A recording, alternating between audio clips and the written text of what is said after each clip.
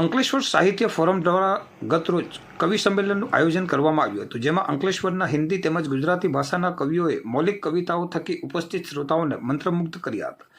અંકલેશ્વર સાહિત્ય ફોરમ દ્વારા ગતરોજ રાષ્ટ્રભાષા અને માતૃભાષામાં કવિ સંમેલનનું આયોજન કરવામાં આવ્યું હતું. અંકલેશ્વર સાહિત્ય ફોરમ દ્વારા રોજ માનવ મંદિર હોલ ખાતે કવિ સંમેલનનું આયોજન કરવામાં આવ્યું હતું, જેમાં અંકલેશ્વરના કવિઓએ કવિતાઓનું રસથાળ પીરસ્યું હતું. આ કવિ સંમેલનમાં સંજય પાંડે, ઉર્મિલા પંડ્યા, ડૉક્ટર દેવશરણસિંહ, સુરેન્દ્ર ભોલા, દક્ષા આહિર, મનીષા દુધાત, ડૉક્ટર મધુગોડ, રાજેન્દ્ર મહેરા, દેવાનંદ જાદવે મૌલિક કૃતિઓ રજૂ કરી હતી. કવિ સંમેલનનું સંચાલન ભદ્રેશ પટેલે કર્યું હતું, જેમનું સ્થાનિક અગ્રણીઓના મનસુખ વકેરિયા, એલબી પાંડે, સુધા વડગામા, રાજેશ દુધાતે દીપ પ્રગટાવી ઉદ્ઘાટન કર્યું હતું, જેમાં મોટી સંખ્યામાં ઉપસ્થિતોએ પ્રોગ્રામ માણ્યો હતો. અંકલેશ્વર સાહિત્ય ફોરમ દ્વારા પ્રથમવાર એક મંચ ઉપર હિન્દી તેમજ ગુજરાતી ભાષાના કવિઓને રજૂ કરવામાં આવ્યા હતા.